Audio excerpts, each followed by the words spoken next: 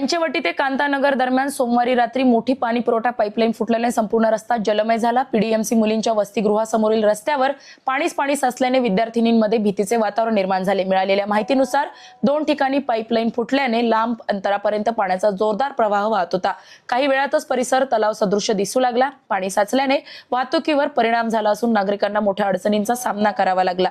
दरम्यान जवाहर स्टेडियमच्या प्रभागाच्या नगरसेविका स्नेहा लुल्ला यांचे पती आशिष लुल्ला यांनी घटनास्थळी धाव घेत परिस्थितीची पाहणी केली। त्यांनी तात्काळ महाराष्ट्र जीवन प्राधिकरण विभागाच्या अधिकाऱ्यांना माहिती देत दुरुस्तीची मागणी केली। पाईपलाईन फुटल्याने लाखो लिटर पाणी वाया गेल्याचा अंदाज व्यक्त केला जात आहे। पाणी पीडीएमसी रुग्णालय परिसरातही शिरल्याने रुग्ण व नातेवाईकांची गैरसोय झाली।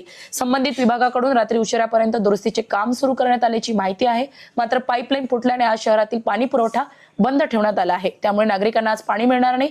दरम्यान महाराष्ट्र जीवन प्राधिकरण अमरावती यांच्याकडून प्रसिद्ध करण्यात आलेल्या निवेदनात म्हटले आहे की मध्यरात्री 12 वाजता जलवाहिनीवर मोठ्या प्रमाणात अचानक गळती निर्माण झाल्याने अमरावती बडनेरा शहर